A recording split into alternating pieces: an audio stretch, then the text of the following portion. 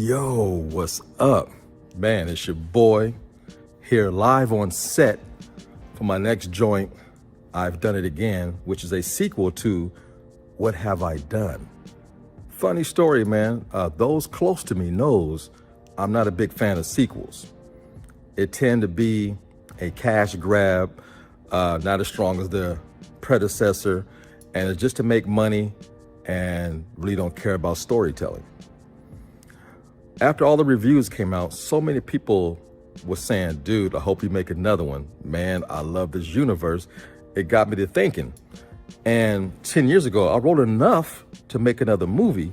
When I read through it, it just wasn't gelling for a sequel.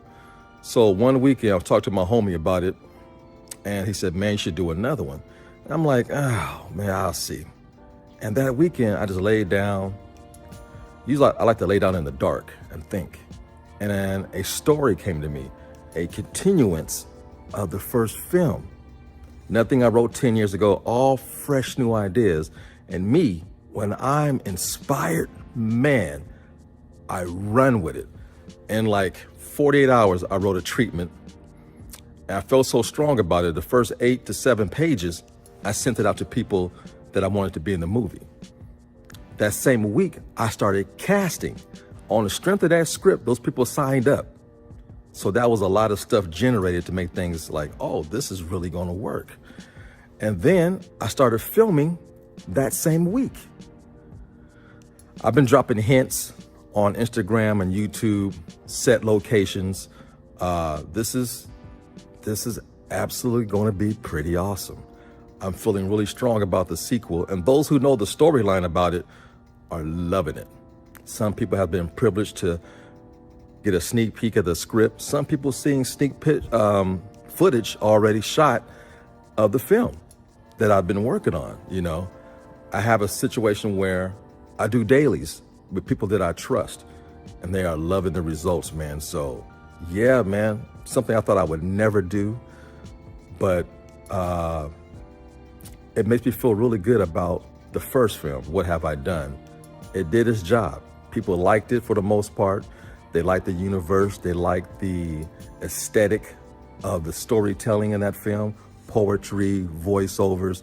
It's artsy. It's different. It's not linear like most brains are used to when they go to the cinema. I'm breaking the pattern. And when you break the pattern, then you make something special. And man, it feels good. But this next joint, man, the cast that I got involved, oh my God. Y'all not ready for this. Y'all not ready for this. And the story goes places that, wow. Let's just say wolves and werewolves has a long history of storytelling and mythological things that is involved, that culture. I'm tapping into all of that. This film will be more family-centric, more tribal. It really gets in depth about the werewolf mythology, and man, it's gonna be pretty damn awesome. Yo, yeah, man, I'm looking around. I got some special things lined up for you guys. Yeah, set locations are insane. Yes, insanely creative. The music is going to be so cool. I'm going to take a couple of bits and pieces from the first film to give you that familiar feel and sound when you hear certain things. But trust me, the music in this, again, I'm going very tribal, very cultural to give it a different spin. And hey, we know the characters already, at least the main ones that survived from the original. So I don't have to go back and do any storytelling again, but I'm shooting this film in a way that if you don't see the first one, you can dive right in and get into the universe and don't have to play catch up. It's a werewolf movie. Obviously, somebody's going to change into a werewolf and start killing people and eating them up, you know?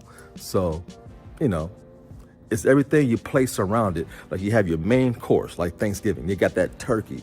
Well, this is going to be the dressing, the cranberry sauce, the gravy, the greens, the cornbread, the sweet potato, you know, that's what a good sequel does. It's not always bigger and more grander. It's just keeping in line with the first one and further the story. That's something that Hollywood has a big problem doing. They throw money at you when you're successful, then they wonder why. Why did we lose money on the sequel? Because you dumped all this money into a story that wasn't developed. You're forcing these writers to come up with something on the spot and expect it to be a hit. I mean, look what happened to Blade and the MCU. I mean, you just can't throw money at everything when you're dealing with auteurs. These people are creative minds. Sometimes you need time to think and develop a story, not just spit something out, you know? And you don't want to feel like you're a machine. You want to feel like it's authentic and it makes the fan base smart.